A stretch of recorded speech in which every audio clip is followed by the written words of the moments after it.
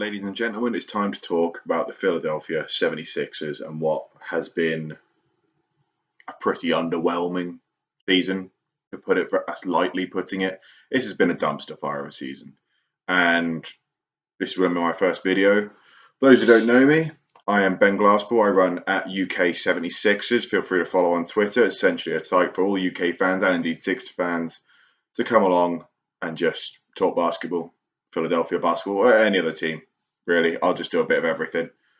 But it's something I'm meaning to do for a while. I've been wanting to start up a YouTube channel for a while and get going with all of this because I feel like this is sort of the next gradual step in what I want for the page, and also for me personally, I just want somewhere where I can talk more Philadelphia basketball. And whilst Twitter's a good medium to do that on, I feel like I want to do more so on YouTube and whatever other areas I want to go on. So before we get going and sort of dissect what has been, as I said, a pretty awful season, I'll sort of tell you a bit about me. So I've been supporting the Philadelphia 76ers since 2018. I was lucky enough to be studying over in Texas at the University of Texas in Austin, Hookham. And whilst my time over there, I went to Philadelphia for a weekend. First NBA game I ever went to was Philadelphia 76ers against the Charlotte Hornets. And since then, I've just been hooked. Obviously, it's a great sport I love. And I've just been following them ever since. And whilst it's been fantastic to be following them, it's also been a bit of a curse at the same time because you get so involved and so entwined with all the results, and they dictate your mood so much. But I wasn't there for the process days, and so I guess it's been an all right time to be supporting them. But this season it hasn't felt like that. It has not felt like a good time to be supporting the 76ers. We were promised bully ball. We were promised a playoff team. Wait for the playoffs. Wait for this team to hit the postseason, and then you'll see why we put all these ludicrous contracts together and why we got this roster, which was an unconventional roster by today's NBA. I mean, two big men. When was the last time two big men won an NBA championship? I mean, I'm just talking off the top of my head, but the last ones I can think of was Tim Duncan, David Robinson. I mean, this doesn't happen anymore. It's a three-point shooting league. It's a perimeter-orientated league, and you've got to create teams that are tailor-made to that, especially when your two best players in Ben Simmons and Joel Embiid thrive when you have perimeter players. And we've seen that. I mean, we've changed the roster a lot since, but when we had Covington, when we had Saric, when we had Redick, when we had Bellinelli, when we had Ilyasova, people who could fulfill a role whereby they surround Embiid, they surround Simmons, and whenever they get into the paint or penetrate, they are there in their positions to knock down shots at a good rate. We're talking 35 to 40%, and knock them down and get us points. And we strayed from that, and it seems very much as if Elton Brand and the rest of the front office, for whatever reason, had to hit fast forward and were like, we got to start making moves now. We got to have all-star players. We got to have Jimmy Butler. And I still like Jimmy Butler, of course, and I would love him to still be on this team. But hindsight is a wonderful thing. But when you take a step back, were these moves absolutely necessary? Was it necessary to trade Saric and Covington for Butler? Part of me still thinks that was a good move, and I'm not going to dispute that trade too much. But then when you come to the Harris one, the most recent big trade in the 76ers organization, you move Landry Shamet, who's high percentage three-point shooter for sure, who's only going to get better. He's young, and we traded him along with Wilson Chandler, Mike Muscala, nothing players really, for Tobias Harris. And Tobias Harris, I mean, he's got a lot of criticism, and I have been one of those who has criticised him. Don't get me wrong, if you look at my Twitter, I've been lamenting the bloke for what has been a pathetic playoff performance from Tobias. But he can still do a job, and as a third best player on a team, third option, could he do something for this team? Yeah, absolutely. And we've seen when he was time with the Clippers, there was a period of time where he was their guy. He was being put in pick and rolls, which is where he was thriving, and he was hitting 3 points at a high rate. But like I said, what we've seen thus far from him is just not enough. He's passive. He's not being aggressive enough. He's seeming he's going to let these players just play their own game, and meanwhile he's just going to just go about the court as if nothing's really happening, and that's been a huge disappointment. But this isn't all on Tobias Harris. This is just, I've just touched upon a, a single piece of the absolute wreckage that is the Philadelphia 76ers. And we touched upon the GM, which we will go into a bit further down the line, similarly with the coaching and just about everything. I mean, everything's just rotten to the core within this ball club, and I don't know where we go from here. Like I said, we're promised various things, but what has been an issue, not just this season, but from last season, this is when we're going to touch upon the coaching side of things, which has to fall upon the mantle of Brett Brown here. It's the offense, the static offense. Is that how we go forward? And especially when you contrast it with what we've seen from Boston these last 4 games, it's chalk and cheese. You see a team which is so fluid in their offense and it seems effortless versus a team in the Philadelphia 76ers, which doing anything seems a struggle beyond posting up Embiid. Well, that's it. It's just beyond posting up Embiid. That's all we've got in our arsenal. But we've got a static offense. So it's, like I said, we throw it to Embiid and no one moves. Double teams come, no one really moves. It's a piece of cake, especially when you've got shrewd defenders like Jaylen Brown, like Marcus Smart, like Jason Tatum, who's come on leaps and bounds defensively this season, which has gone very much under the radar, but he has been excellent defensively this season. Don't like the guy, but that's just the way it is. And then there's no plays being drawn. I mean, again, I hate to sort of laud the Boston Celtics here, but like I said, you naturally contrast what you've seen over the last 4 games in a playoff series. You naturally sort of look at what they are doing, but they run pick and rolls. They move people around. They're screening off and on the ball, and then you come to us and it's like, well, this is easy to defend if there's no guys moving. People can't really take anyone off the dribble. It's not a very athletic team in the sense of we're not quick. You can easily stay in front of your man and nothing's happening, and that's got to fall on the mantle of Brett Brown, like I said, because if you aren't running plays whereby players can excel, get points, get buckets in a manner of different ways that are tailored to their abilities and their best qualities, then how the hell are you going to get points? How the hell are you going to get buckets? And it shows. And we've seen in this series, so for those who don't know, I don't know how you wouldn't know if you're watching this, but for those who don't know, we are out of the NBA playoffs in the first round. To the Boston Celtics, our biggest rival, the team who we joked at. We said, we've taken Al Horford, we've taken the Embiid stopper.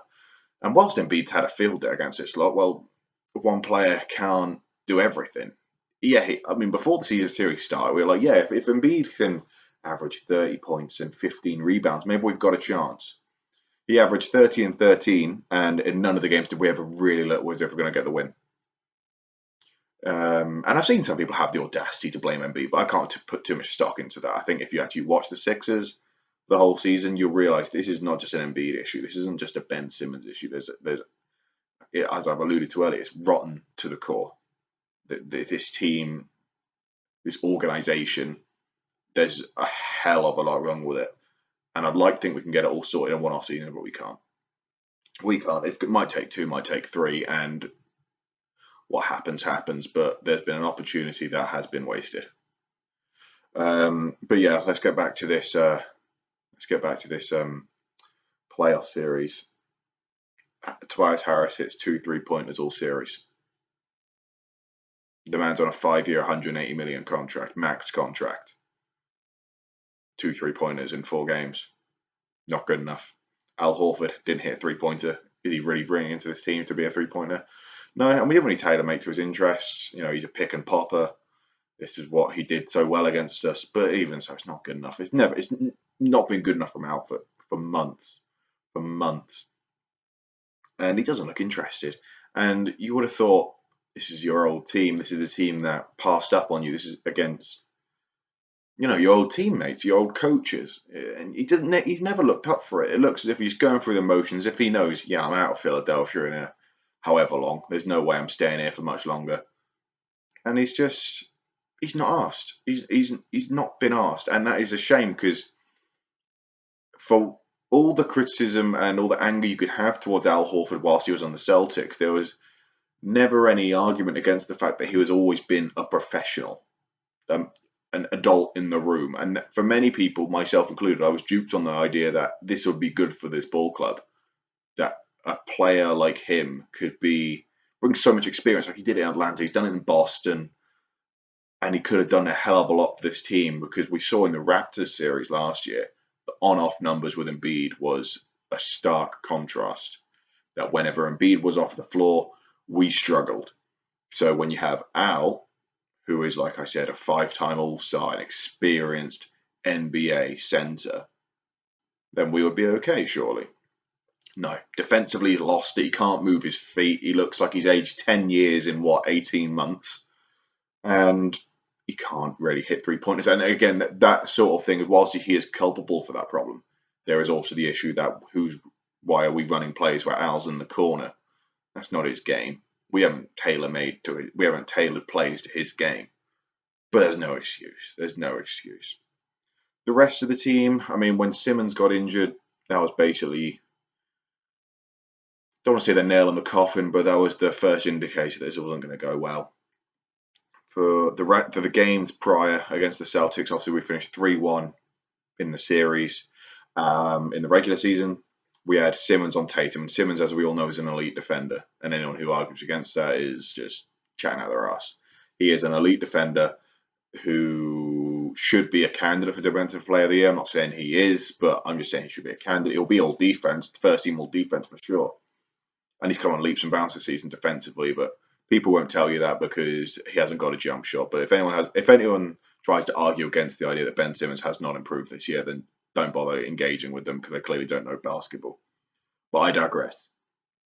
As soon as he was out, there wasn't much hope. Like I said, we were relying solely on Embiid, and Embiid averaging 30 points a game wasn't enough. Shake Milton, there's a lot of queries as to will he be ready for the moment, and he has looked shaky, pardon the pun. He hasn't looked wholly comfortable, but he found his feet to the point where he's got 15 points per game in his first sort of experience of the playoffs.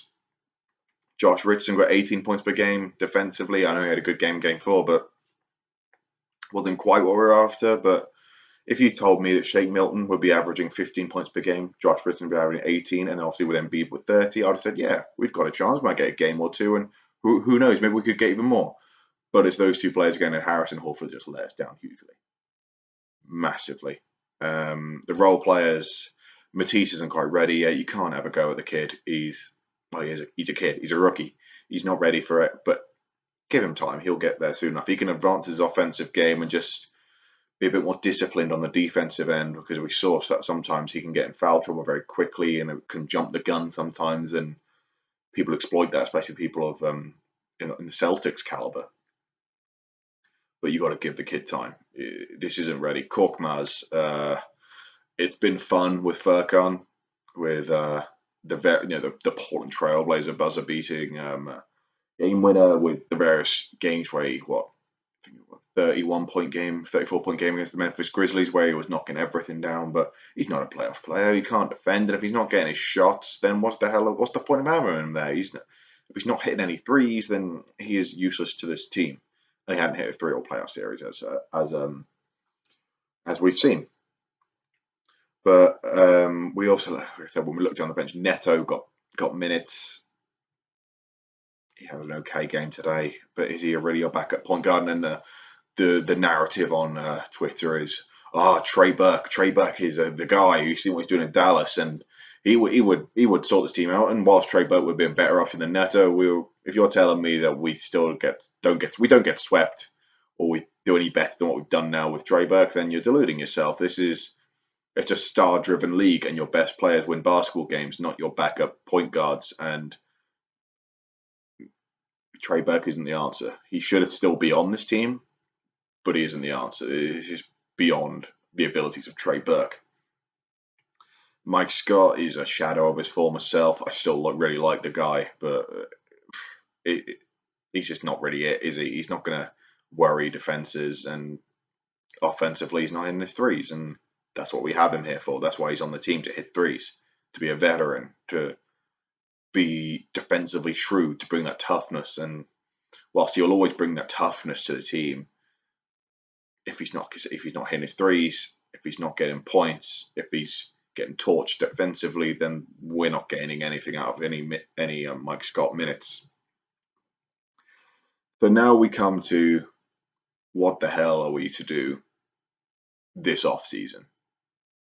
And the short story is I don't have a clue. Well, I've got ideas, but can it all be achieved in one, would have said summer, but one off season in whatever the sort of mayhem that's happening following all this COVID malarkey? But before I go into that, I just wanted to quickly touch upon what we could have done last off season. So as I've alluded to, we gave Al Horford and Tobias some big old contracts, some huge contracts. And Tobias won. I mean, Tobias has been poor this playoffs, but I do think he can still do something on this team. Al, I think there's no chance. He can't offer anything to this team. Get him out of there, which is a shame because I do really like Al Horford. Or I did. Even at the Celtics, I thought, yeah, I like the guy, which is bizarre saying, but that was what he said. So last year, these are the free agents that we could have gotten. On this list, I've excluded the likes of Kevin Durant, the likes of Kyrie Irving, because they were never going to come to us. I mean, we're just not a big enough market. So I've excluded people.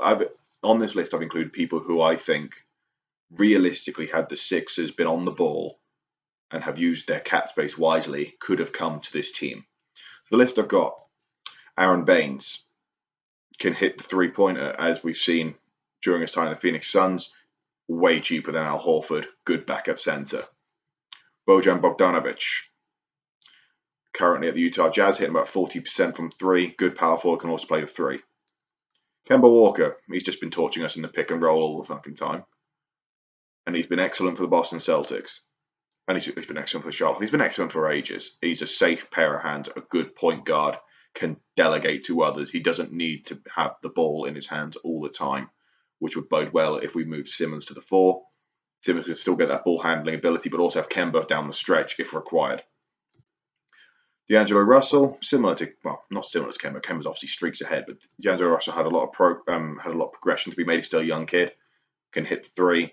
Doesn't get to the free throw line as often as you'd like, but there's something there, and he would have bettered our team. Malcolm Brogdon, 50, 40, 90 guy. Again, facilitates well, doesn't need the ball in his hand all the time. Obviously now he's taken the max to the Pacers. We had space for him. JJ Redick, I don't need to explain why that was a good player to have in this team. We all know JJ, we all know what he brings, and we all know his relationship with the team. You saw it on the JJ Redick podcast the other day when he's talking with Embiid, said that him and Embiid, that was the best relationship he's had in terms of on-court play with any player. We let him go. Jimmy Butler, I just don't think Jimmy Butler wanted to stay. Yeah, it'd be great to still have him, but I just don't think he wanted to stay anymore. And I mean, people say, "Oh, we let Jimmy go." Jimmy didn't want to stay. If Jimmy wanted to stay, he would have stayed. He didn't want to be here anymore. Derrick Rose, there was an argument to be had that he might have been one of the 6 men of the year this year. Unfortunately, the Pistons, who have been trash all season, and there's no real shot. But he's clearly, brings a lot of experience, former MVP. He's been to the playoffs. He can hit clutch shots, perhaps not at the same level that he used to, but he can do things for a team. Danny Green, 3-and-D, safe pair of hands. Nikola Mirotic can hit a three. Bit iffy for the Bucks, but would he bring some to this team? Yeah, probably. So before we go into this off season, this is what we could have done last year. And hindsight's a wonderful thing, but it's very clear that we've got a lot of things wrong. So let's talk about this season. Brett Brown's gone, and I've been very critical of Brett Brown, and I still don't regret being critical of him because he hasn't been up to par. But first and foremost, I want to thank the guy for everything he's done for this team. He's done so much. Brought us from the depths of just, from ridicule. We were a joke, 10 win in a season, and he brought us back to a playoff team that could potentially compete. And he never got to the point where we could really, really compete. But he's done so much for his team, and he's a lovely guy from what he comes across in his interviews. He always sort of backs his players regardless of how awful they've been. I mean, even after today's game, he's backing his players. And if I was him, I'd be in half a mind to just completely lament them and tell the media how he's just been dealt an awful, awful hand by the GM and how the players' attitudes have not helped him as a coach at all, but he's stuck around and backed them. He's just a good guy, and I wish him all the best for the future because, like I said, he's not going to be in Philadelphia next season.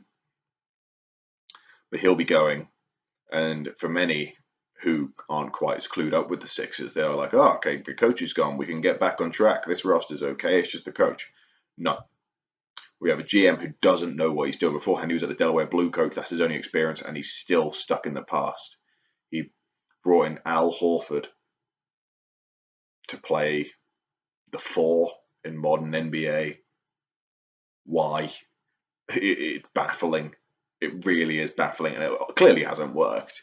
And now we're stuck with these huge contracts, which will be very hard to shift unless we sweeten any deal with picks or young players, which may mean like I don't want Shake or Matisse to leave, but we may have to sweeten deals and trades with them going, which is a horrible, horrible thing to think about. But this is what happens when you get put in the mess that Elton Brand put us in.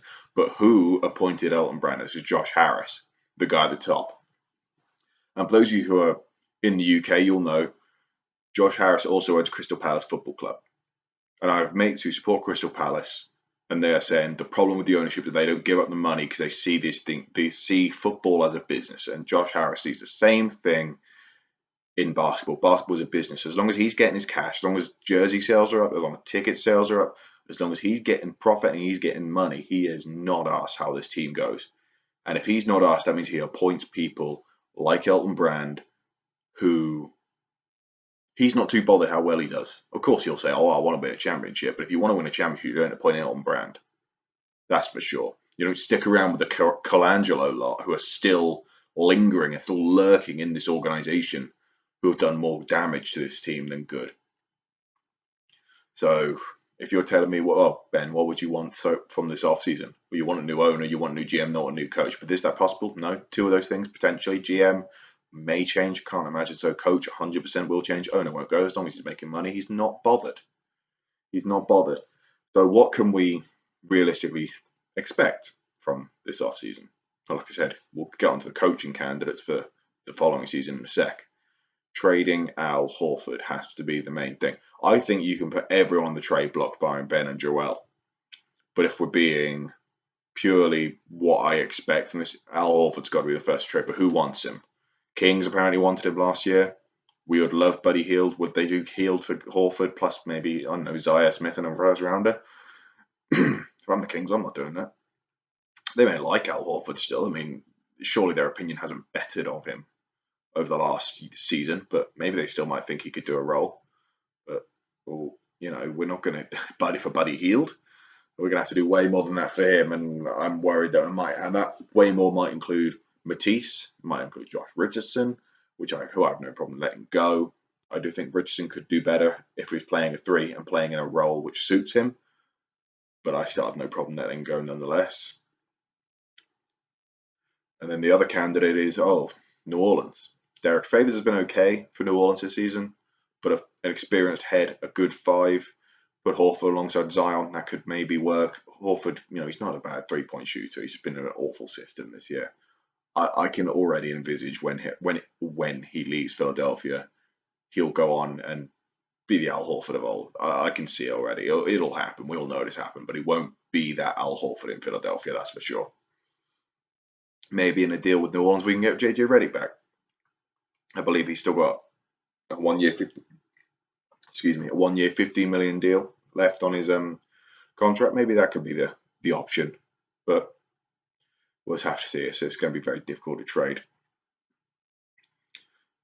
But after what has been a pretty bleak season, we had so much expectation, and I got caught in the hype, as well as many of you, I'm sure. This is going to take a long, long time to sort, and I'm not sure if we're going to sort it anyway. We had everything in place 2 seasons ago after that incredible run to end the season in 2018, where we eventually got beaten by the Celtics again. We had a good team in place, and it only needed a bit of changing about. We had so much cap space. We had young players. We had picks. It's all just evaporated. We've gotten worse. If you compare the rosters from then, 2018, to now, our team is worse. And this is just not going to say it's an objective fact, but of course it's not. But the 99.9% of basketball watchers and people who know the game will agree with me on this, I'm sure, that our team has gotten worse in 2018, which is baffling. How when you grant all this money to big all-star caliber players, to end up with a team that is worse. And that's got to go on the front office more so than the coach. Coach hasn't been good enough. Plays aren't being run. Static offense, pick and roll defense, drop coverage. I mean, what the hell is that? What's going on with that? It's moronic. It's happened all the time. We've seen Trae Young go off against us. We've seen Kemba Walker go off against us for Charlotte and for Boston through pick and roll because we just give them the avenue to go to the either pull up and hit their shot or go all the way to the bucket, get fouled, get the free throws, or get an and one. And it's happened for so long with any guard that we've seen against us. It's happened, and we don't diffuse their momentum. Brett Brown had to go. Elton Brand has to go. Will he go? I can't see it because Josh Harris isn't bothered. And that's the Philadelphia 76ers season 2019-2020. So to finish this at the end of the video, of course, but to finish you will have seen, of course, the video quality is not great. Likely whenever I edit this, if I do edit it that much, the editing quality isn't going to be great. This is my first video. It is very much a work in progress. I want to get this channel off and running and really get it going. I want to have it to the point when the season starts in, I don't know, what, December? When is it starting? That this can be a good platform to put across not only my views, but your views as well, to interact with the community, not just in the UK here, but in the US and just everywhere. I really want to get this thing going, and I'm going to do my best to get it going. But the camera quality for now, the microphone quality might not be brilliant. I'm a student at the end of the day. I don't have a whole load of money available to me to get it going. Like I said, I really want to, and hopefully sooner or later it will.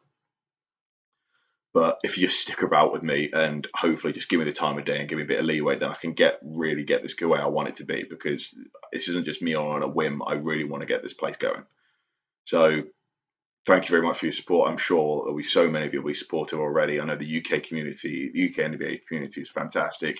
Even those Celtics lot, they are great people. The whole community is fantastic. And, you know, let's go Sixers, I guess. But, you know, it can only get better, hopefully.